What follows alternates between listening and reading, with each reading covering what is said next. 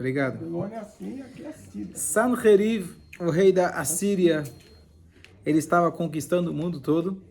Ele já tinha destruído ou realocado as 10 tribos de Israel. Daí que a gente se perdeu. A gente perdeu as 10 tribos. E agora ele estava ameaçando Jerusalém. E justo estava escutando o Shir esses dias sobre Emuná, fé em Deus, confiança em Deus. E um dos comentários foi que a gente não para perceber. A gente pensa em Jerusalém, uma cidade velha. A cidade velha de hoje é muito maior do que a cidade velha de antigamente. E o que tinha sobrado das 3 tribos que tinham ficado ainda, estavam em Jerusalém. Jerusalém era cercada por muralhas, mas o tamanho era praticamente o Beit HaMikdash. Um pouco mais. Devia ser. Um pouco mais. Não, mas Ou seja... Tinha outras regiões também, tinha outras cidades. Não, estou falando de Jerusalém. Jerusalém. Jerusalém era pequeniníssima. E os reis Sanherib já tinham conquistado impérios. Já tinha feito... Então, para ele, Jerusalém era uma formiguinha, literalmente. Então, ele já tinha cantado a vitória. E Hashem falou que ele não ia destruir Jerusalém. Hashem falou primeiro que ele iria fugir. E a gente viu que ele fugiu, Hashem distraiu ele, fez uma outra guerra, uma guerra contra Cush, Etiópia, talvez. O rei chamado Tircacha, ele foi lá e ele fez ele saiu de lá para essa guerra. Então o rei se distraiu. O rei do Egito se aliou também a esse rei da Etiópia. Mas o rei da Síria era muito forte, ele vai até lá, conquista, guerreia, ganha, e ele pega ainda pega pessoas como cativos, pega eles como cativos, quem ele queria, e ainda ele leva o butim, ele leva os despojos, leva todo o dinheiro, toda a grana. E agora ele volta para Jerusalém. Jerusalém, como sempre na história, a gente fica como como se chama aquela pedra no sapato? Muito pequena a pedra, mas ela fica incomodando. Ela fica incomodando. Aparece no jornal todos os dias. O jornal o pessoal esqueceu o que era, mas aparece nas redes sociais todo dia. Noticiário. Noticiário, obrigado.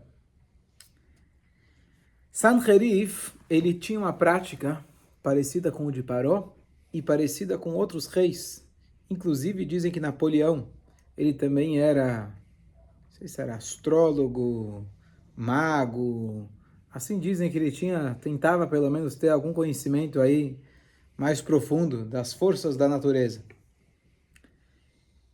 Ele foi se consultar com seus magos. E eles falaram, olha, está chegando o dia 14 de Nissan, véspera de Pesach. Véspera de Pesach, não Pesach, mas véspera de Pesach é um momento de dinim, julgamento. Se você conseguir ainda hoje fazer essa guerra, você vai ganhar essa guerra. Ele escutou eles, e ele então estava voltando agora daquela guerra que ele fez na Etiópia, Egito, voltando com seus soldados, e ele então manda eles apressarem o seu passo.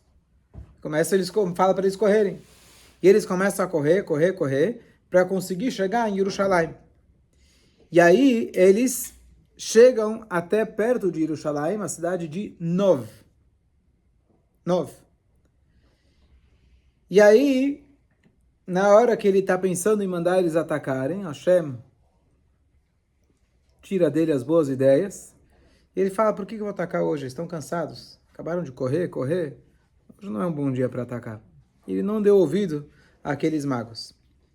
No momento que eles estavam lá, se ele de fato tivesse atacado, os magos tinham razão, porque é um momento de julgamento para o povo judeu.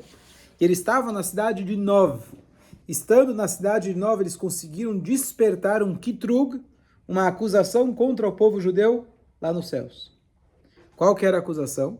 Então, nós temos na história de Shaul ainda, que ele tinha matado os Koanim da cidade de Nov, quando ele estava perseguindo David HaMelech, famosa história.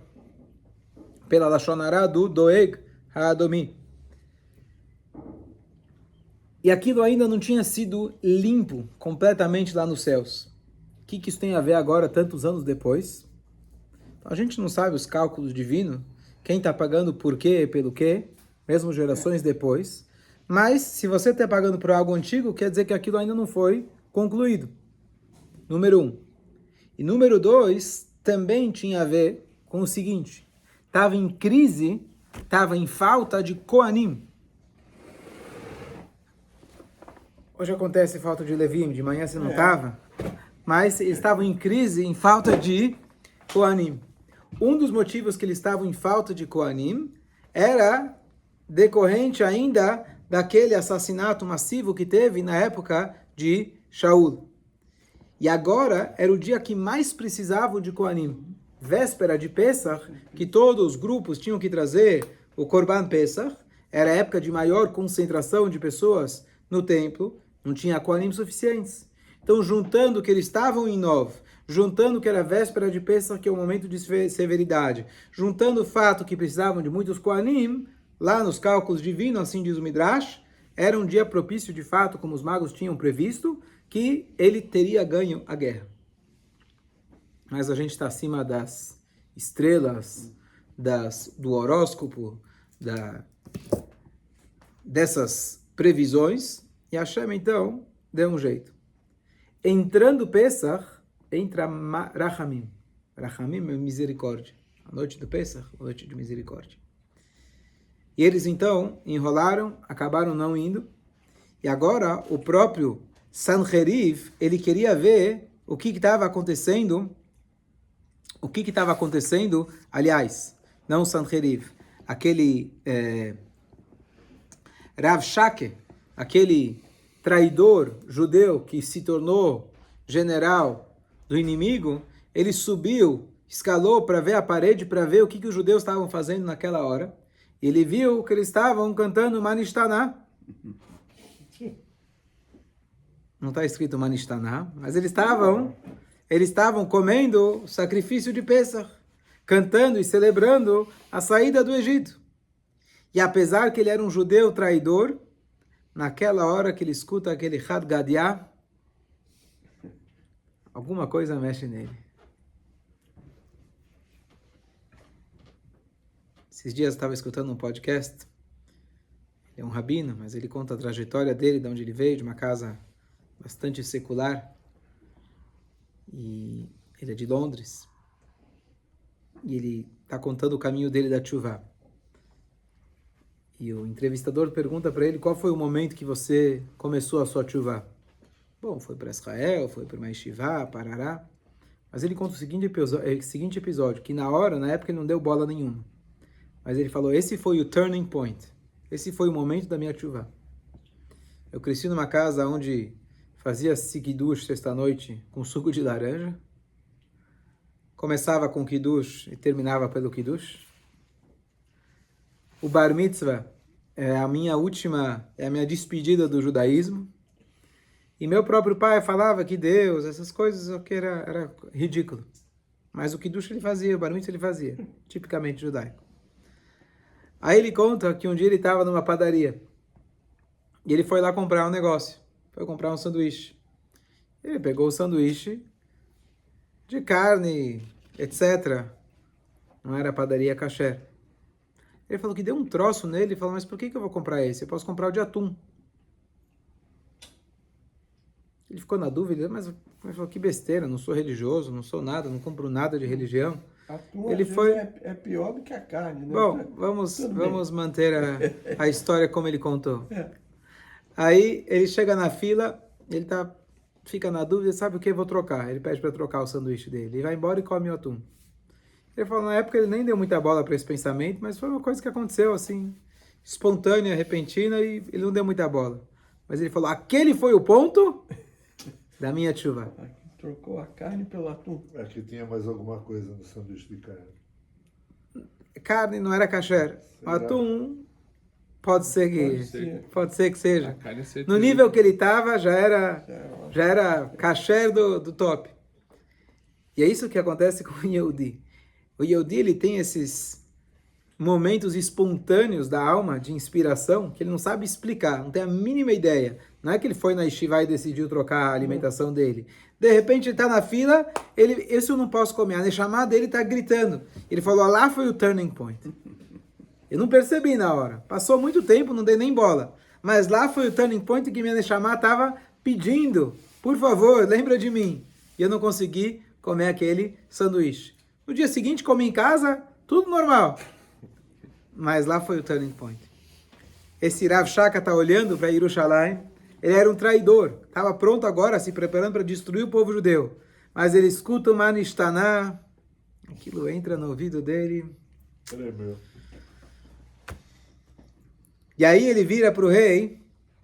Ele fala, vamos recuar. O judeu dele acordou. Não é seguro para a gente atacar eles hoje. Afinal, hoje é o Pesach deles.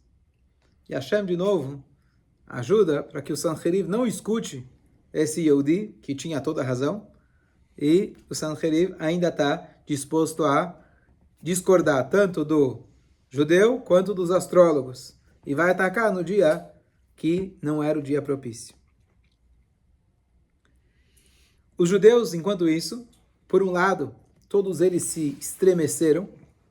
Havia já a profecia de que nada iria acontecer, mas eles ficaram com medo, e aqui é importante lembrar que os pecados deles talvez fizessem com que eles perdessem. Assim como Yaakov Avinu, Deus prometeu para ele, vai dar tudo certo, mas ele vira e fala para Hashem, Katonti Mikola Hassadim, eu sou pequeno perante tantas bondades que você me fez, talvez eu já gastei. E aqui vale lembrar aquilo que a Torá nos ensina, de que mesmo que a tua dúvida é devido aos seus pecados, faltas de méritos, você não pode duvidar. Você tem que ter certeza absoluta, confiança que Hashem vai te ajudar. Não é só dizer, não vou conseguir, eles são muito fortes. Não, isso eles estavam tranquilos. Isso Hashem consegue tudo. Eu não vou conseguir porque eu não tenho mérito. Também isso é falta de fé. Você tem que confiar em Hashem, porque Hashem é teu pai e ele vai te proteger, independente do seu merecimento. Eles então estremeceram até com uma base nobre.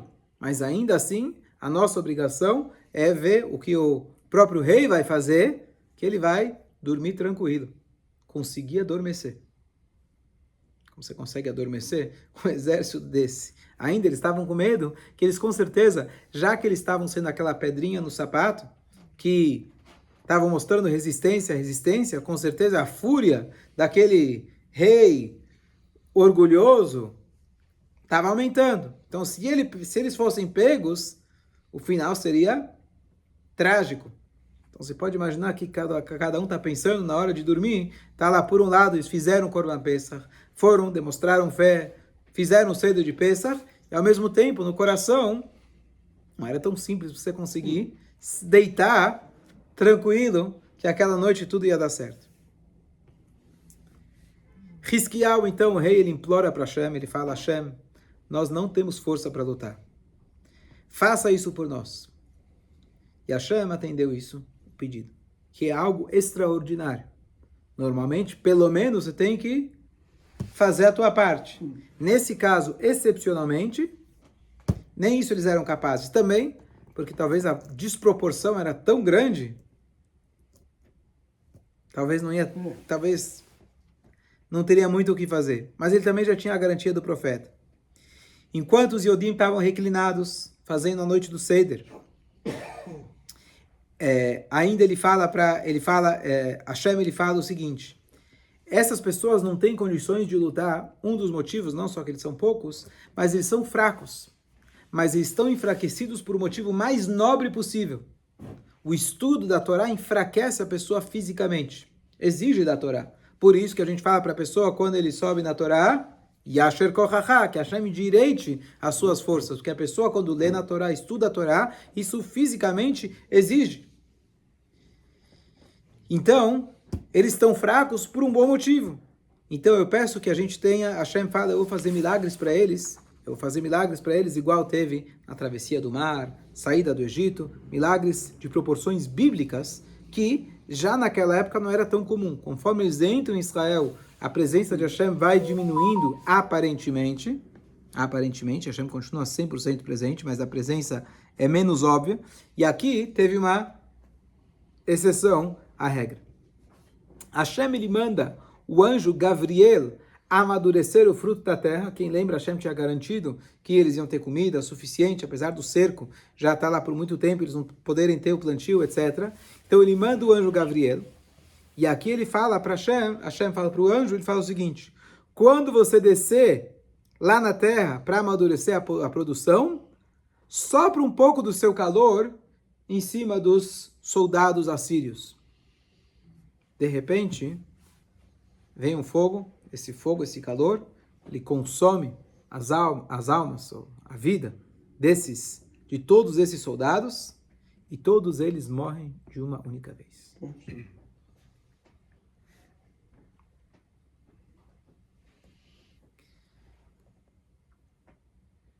O Midrash explica por que dessa forma, não é uma forma muito típica, é uma forma meio diferente deles morrerem. Uma das coisas é que o fogo simboliza o orgulho, então eles foram muito orgulhosos, principalmente aquele Rav Shake, que ele profanou o nome de Hashem, ele xingou, etc. Então o fogo ele simboliza esse orgulho, etc.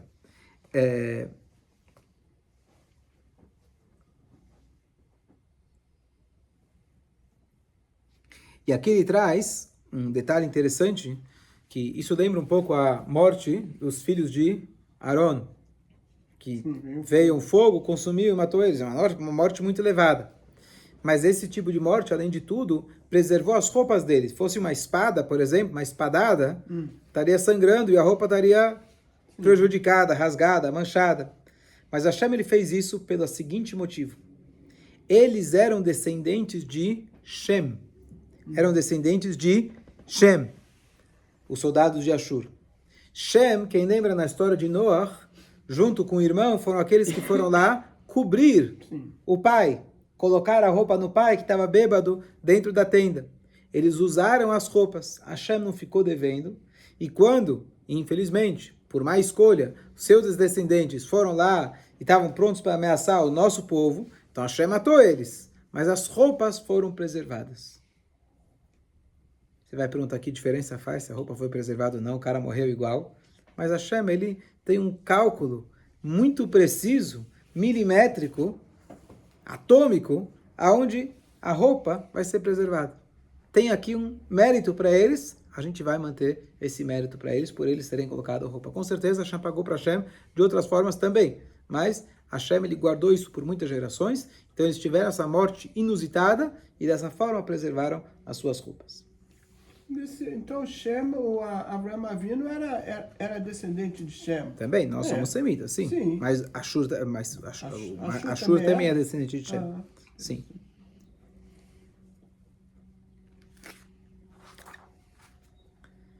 Na manhã seguinte, aliás, antes disso, esse anjo, ele poupou também aqui, lembra a história de Mitzrayim, que o rei, ele poupa alguns. Quem lembra, conforme o Midrash, o Paró, ele sobreviveu, porque Hashem queria mostrar para ele os milagres. Aqui o rei Sanherib, ele sobreviveu, porque ele vai ter uma morte um pouco mais trágica. 2 dos seus filhos também sobreviveram, vocês vão ver por quê. Os nomes deles eram Adramelech e Sarester. E 2 de seus generais, vê se você conhece o nome, Nebuchadnezzar e Nebuzaradan. Lembra desses nomes que eles vão aparecer, depois vão se tornar babilônios, generais importantíssimos, o rei Nebuchadnezzar e o general Saratabachim, o carniceiro, que nem tinha lá na Síria, o carniceiro Nebuzaradan. Por que Hashem então manteve eles? Então vamos lá.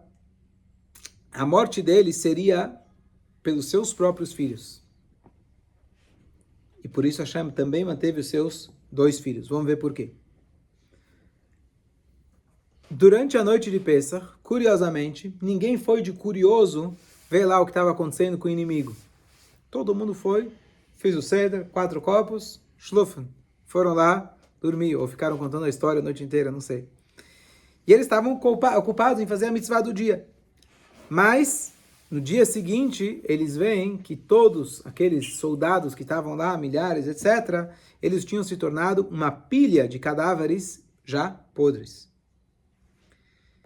E quando um judeu ficou sabendo, um viu, contou para o outro, de repente estava todo mundo lá fora para testemunhar, ocularmente, ver presencialmente o milagre que Hashem tinha feito para eles, que todo aquele exército enorme tinha perecido.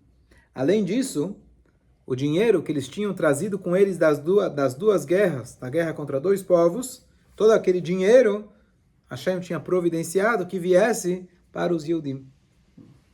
Então lembra também, de novo, a história de Mitzrayim, que eles levaram os despojos. E ainda eles encontram, dentro daqueles bens, alguns bens que eram também das 10 tribos, que os assírios tinham roubado, matado, realocado e etc. E eles ainda também encontram cativos, que eu falei que tinham os cativos, lembram? Que tinham sido pegos em guerras anteriores. Entre eles, os próprios reis de Cush e o faraó, que eles se aliam, esse faraó, ele se alia ao Hiskiau. E aí, na condição, e o Hiskiau aceita eles, na condição que eles parassem de fazer idolatria, aceitassem Hashem, isso foi feito, foi cumprido, e todos os presos que também aceitaram foram também trazidos e aceitos para conviverem conosco.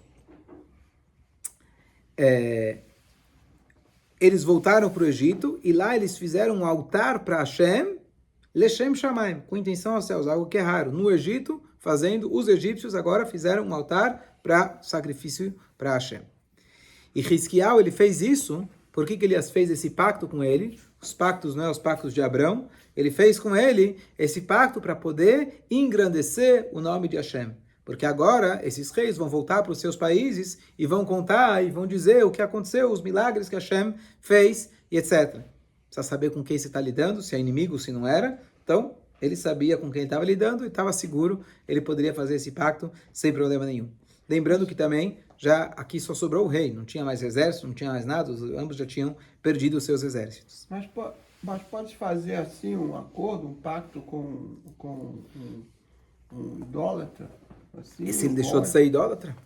Se ele deixou de ser idólatra, mas ele aceitou? Então ele fez por interesse. O interesse dele era eles tinham um inimigo em comum. Boa pergunta, teria que analisar direitinho. Ou ele fez assim, vamos fazer, depois a gente vê. Não. E vamos assinar o acordo. Mas não poderia fazer, nós temos um inimigo em comum, vamos juntar as forças contra ele, depois cada um segue o seu caminho, sei. Boa pergunta, não sei te dizer. Precisa estudar a fundo as leis de guerra. Eu sei que tem discussão sobre isso, inclusive aquela discussão que eu já trouxe, de que antes de entrar em Eretz Israel, conforme o Rambam, eles tiveram 3 opções: fugir, guerrear ou abaixar a cabeça, ser submisso ao povo judeu e cumprir as 7 leis de Noah. Mas não são todas as opiniões que concordam com o Rambam. Uns dizem que as 7 nações nativas de Israel não tinham opção nenhuma. Eles foram todos mortos, tinham que ser mortos. Então, aqui não era nativos de Israel, não era. Mas você sabe exatamente como que funcionava as leis da guerra, não sei te dizer. E agora, então, Sanheriv, ele foge de Eretz Israel, ele não tem nem um guarda-costas para ajudar ele. Então ele foge. E Hashem manda para ele o profeta Eliyahu. Aqui conta o Midrash o seguinte episódio. Eliyahu Navi, que a gente contou agora. Eliyahu Navi, ele está voltando para casa e ele aparece aqui para o cara para ajudar ele a chegar no destino dele, que o destino dele era ser assassinado, humilhado por tudo aquilo que ele tinha feito. Já 10 tribos de Israel, podemos olhar para ele como minimamente um Hitler, Ymar Shemo. Então, Eliyahu encontra ele e pergunta: você parece preocupado. Aconteceu alguma coisa? Fingindo que não sabe, né? Eliyahu Navi. Ele fala: estou voltando para casa, depois de ter perdido todo o meu exército em uma praga. Uma praga? Foi praga? Ele não vai dizer que... Mas eu estou ainda com medo. O meu medo agora é a minha vida. Porque junto comigo tinha 45 mil príncipes e todos eles estão mortos. Se eu voltar para lá sem eles, os familiares, Bom, acabar com ele. não vão ficar muito felizes. Eu tenho uma solução para você, falou Eliyahu Hanavi. Eu vou conseguir para você um disfarce. Disfarce? Boa ideia. O que eu preciso fazer? Cortar a sua barba. Você precisa de uma navalha. Falou, mas eu não tenho uma navalha. Falou, então vai procurar uma navalha. Ele encontra alguns homens, que conforme o Midrash eram alguns anjos, e ele pede para eles uma navalha. Eles falam, tá bom, você tem como pagar? Não tenho. Então trabalha para a gente. Então botaram ele para trabalhar, para ele conseguir a navalha que ele queria. Ele ficou de pé e precisava moer o trigo para fazer farinha por muitas horas.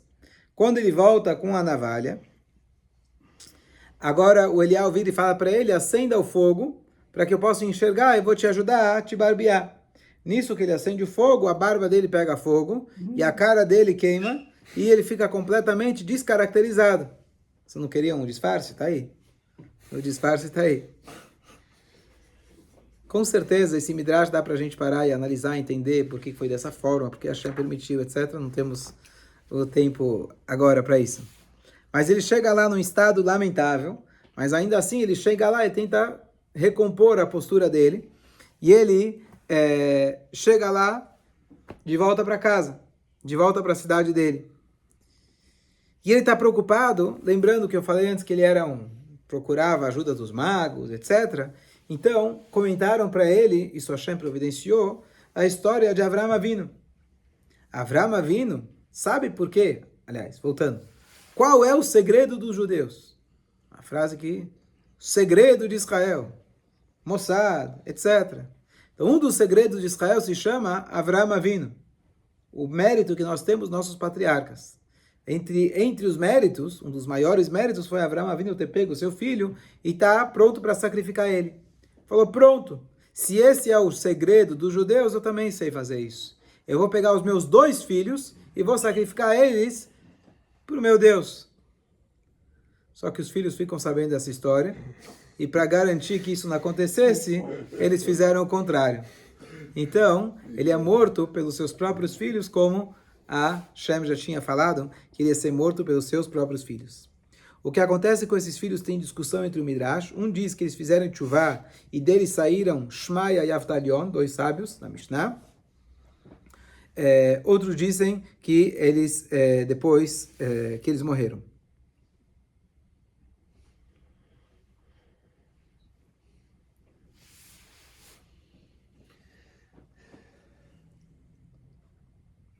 Não, essa é a opinião, aqui ele não conta qual que seria a outra opção. Uma opção diz que eles foram os ancestrais de Shmaya e Avtalion. Agora a gente entende, só fechando o ciclo, porque Hashem tinha feito primeiro aquela guerra em Cush, aquela guerra na Etiópia e o Egito. Hashem tinha providenciado isso para que o povo, eles pudessem receber todas as riquezas e agora saírem, além de vitoriosos, saírem também com riquezas. Hashem, ele quis transformar Hizkiyahu em Mashiach. Ele poderia ser Mashiach. Ele não foi, porque ele não louvou a Hashem suficiente. Para o nível espiritual dele, ele não louvou o suficiente. E essa passagem eu mencionei há pouco tempo, que é essencial para a gente lembrar nesse momento, que ele tinha de tudo para ser o Mashiach, mas faltou esse louvor. E isso é uma obrigação nossa, todos os dias a gente observar o que está acontecendo, e apesar de que às vezes parece que Hashem se oculta, a gente olhar todos os milagres que aconteceram ao longo desses 2 anos, 3 anos, o que vem acontecendo. Inimaginável. Tudo o que aconteceu, tudo que virou, ainda não chegou a Mashiach. Mas é nossa função fazer Halel. É nossa função a gente sair e falar, os milagres são atribuídos a Hashem. Os beepers, com Kol HaKavod, com todo o respeito aos que planejaram isso, só deu certo porque Hashem realmente dá pra gente uma vitória completamente inesperada. É mitzvah a gente apontar para isso. Você tem evangélicos mandando vídeos e etc. dessas histórias. A gente precisa fazer o mesmo, muitos já fazem, mas a gente tem que reforçar. Isso vai ajudar a trazer Mashiach que seja em breve. Amém. Aí dizem que isso aí é política. Não, isso aqui tá beneficiando Netanyahu, não sei o que.